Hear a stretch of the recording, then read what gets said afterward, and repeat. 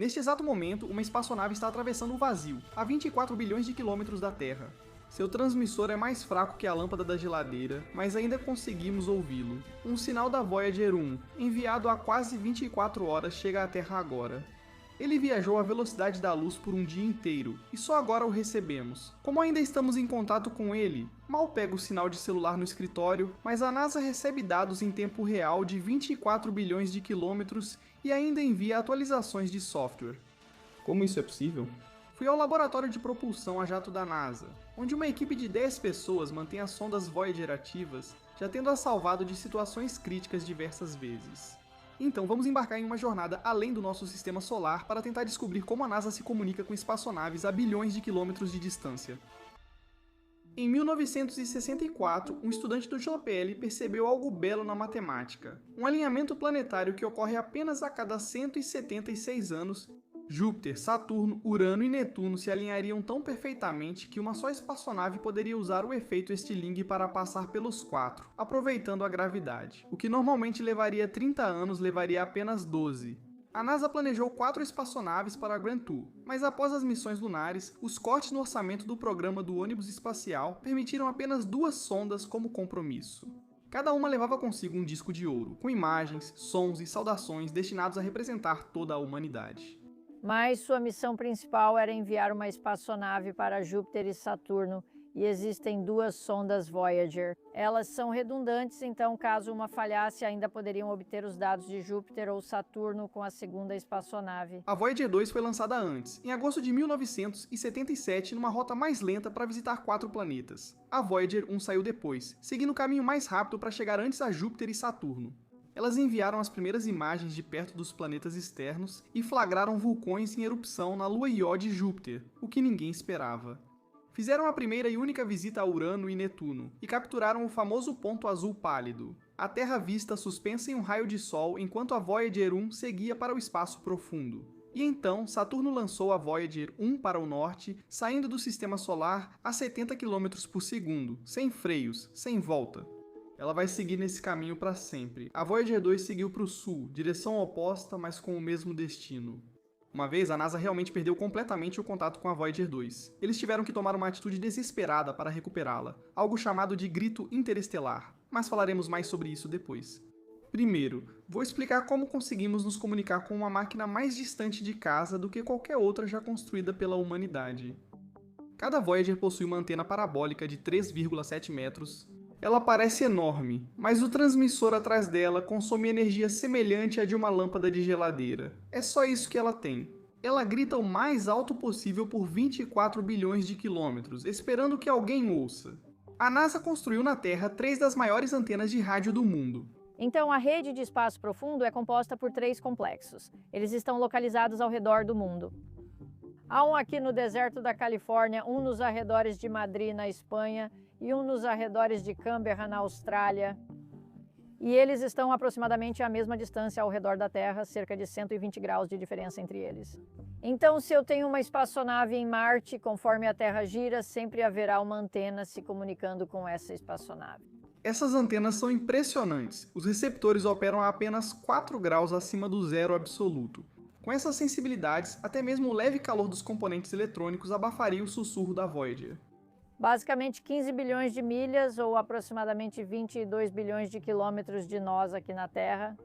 E é preciso toda a capacidade de captação dessas antenas da rede do espaço profundo para conseguir captar um sinalzinho minúsculo vindo da espaçonave. Quando o sinal da Voyager finalmente chega à Terra, ele chega a menos de 1 attowatt, um bilionésimo de um bilionésimo de um único watt. Isso é 20 bilhões de vezes menos potente que a bateria de um relógio digital. As enormes antenas parabólicas de 70 metros captam todas as ondas de rádio que atingem sua superfície e as concentram em um receptor altamente sensível.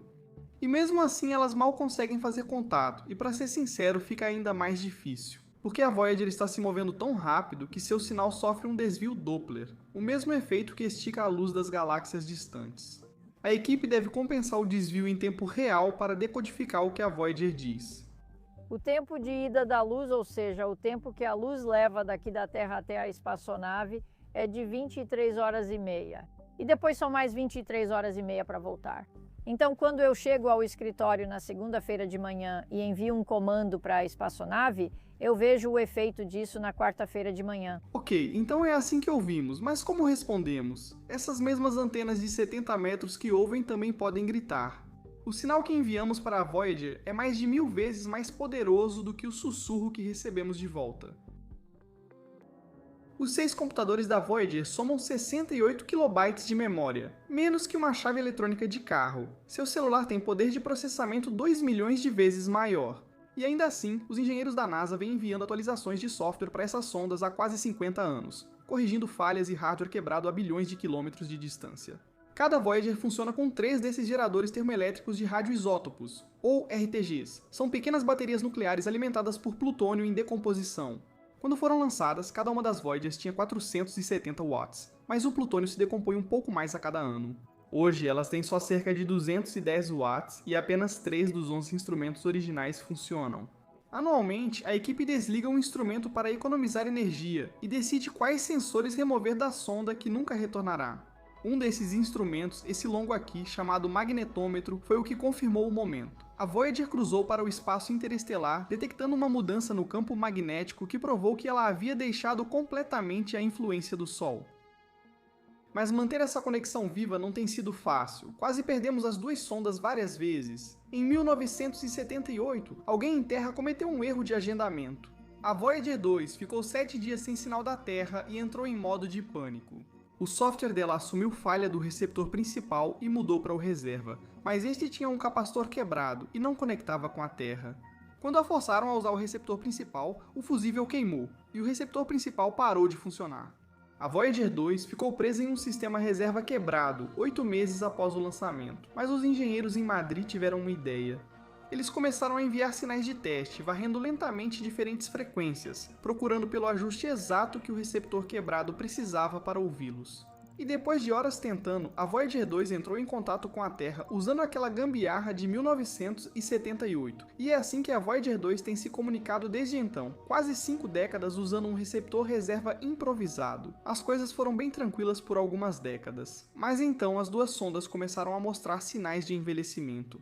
Em janeiro de 2020, durante uma rotação de calibração, um atraso no comando fez a Voyager 2 acionar 2 sistemas de alto consumo simultaneamente, gastando mais energia do que o disponível. O software de segurança desligou os 5 instrumentos científicos restantes para evitar uma falha catastrófica. Demorou uma semana para consertar, pois as mensagens levavam 17 horas para chegar à Voyager 2 e mais 17 para retornar. Em 2022, a Voyager passou a enviar dados sem sentido. O sistema responsável por mantê-la apontada para a Terra transmitia informações aparentemente aleatórias, intrigando a todos. A Voyager passou a enviar dados por um computador inoperante que não funcionava há anos e só embaralhava tudo antes de chegar ao transmissor. Mandaram ela usar o computador certo e resolveram o problema. Em 2023, a Voyager 2 ficou surda por 2 semanas. Ela não recebia nossas mensagens e parecia desalinhada, sem apontar para a Terra. Isso piorou porque a Voyager 2 deixou o sistema solar indo para o sul. Isso significa que só é possível entrar em contato com ela a partir da estação da rede do espaço profundo na Austrália. 2 semanas de silêncio então, um sinal fraco, um batimento vindo das profundezas do espaço. No dia seguinte, eles fizeram algo chamado de grito interestelar. Eles aumentaram a transmissão para 250% da potência e gritaram um comando por todo o sistema solar. Aponte a antena de volta para a Terra e funcionou. A conexão foi restabelecida. Sempre que algo quebra, essa equipe de 10 pessoas encontra uma solução. Após 48 anos, o resultado é sempre o mesmo. As 2 sondas ainda se comunicam conosco. Fazer este vídeo me fez refletir sobre como seria construir uma nova Voyager hoje. Os computadores seriam milhões de vezes mais potentes. Ao invés do transmissor com lâmpada de geladeira, poderíamos usar comunicações a laser, tecnologia já testada no espaço, capaz de transmitir este vídeo do YouTube do Sistema Solar sem travamentos. Uma Voyager moderna não precisaria de uma equipe na Terra para resgatá-la sempre que algo quebrasse. Poderia pensar, diagnosticar problemas e ajustar o curso sozinha. O retorno científico de uma missão como a Voyager hoje seria 1000 vezes maior que o obtido pelas Voyagers, e pessoalmente quero que ela seja mais rápida. A vela solar pode acelerar a sonda até 4 vezes mais que a Voyager, superando ambas em 10 anos e indo a um sistema estelar próximo, talvez com um mundo parecido com a Terra. O alinhamento planetário que possibilitou o Grand Tour só ocorrerá novamente na década de 2050, porém, não creio que precisamos esperar por isso para explorar mais o cosmos. Seguindo essa mesma linha, se fizéssemos um hoje, pessoalmente, o que você gostaria de incluir? Bem, essa é uma boa pergunta. Muitas organizações pensam ou falam sobre colocar outro disco de ouro em outras espaçonaves, e nós já fizemos coisas em outras espaçonaves onde colocamos as assinaturas das pessoas nelas. Mas reunir algum tipo de mídia que conte como é estar aqui na Terra... Acho que você iria querer mostrar a diversidade da Terra, acho que você iria querer mostrar tanto a diversidade das pessoas, quanto a diversidade dos oceanos, montanhas e desertos. E, pessoalmente, eu esperaria que fosse algo esperançoso, sabe? Que fosse um registro positivo e cheio de esperança. Mas isso é o futuro. Agora, existem duas sondas que foram construídas nos décadas de 1970 que ainda estão lá fora. Essas naves espaciais, francamente lindas, foram projetadas para durar 5 anos, mas já duram quase 50. E isso não é sorte, é engenharia. E em breve, a energia vai acabar, os últimos instrumentos vão se apagar, o sinal vai desaparecer completamente. Sabe, a gente gostaria que ela chegasse ao aniversário de 50 anos, talvez um pouco mais, talvez até 2028, talvez 2030, mas não vai durar muito mais do que uns 5 anos. Vamos ficar sem energia ou algo vai quebrar. Mas ao perdermos o sinal com eles não param, eles continuam voando. Duas pequenas máquinas carregando nossos sons, nossas imagens, nossas saudações, vagando pelo espaço interestelar a 17 km por segundo. Muito depois de perdermos contato, depois que os últimos instrumentos forem desligados, as sondas Voyager ainda estarão lá fora, levando a história de todos que já viveram neste planeta. E eu acho isso lindo.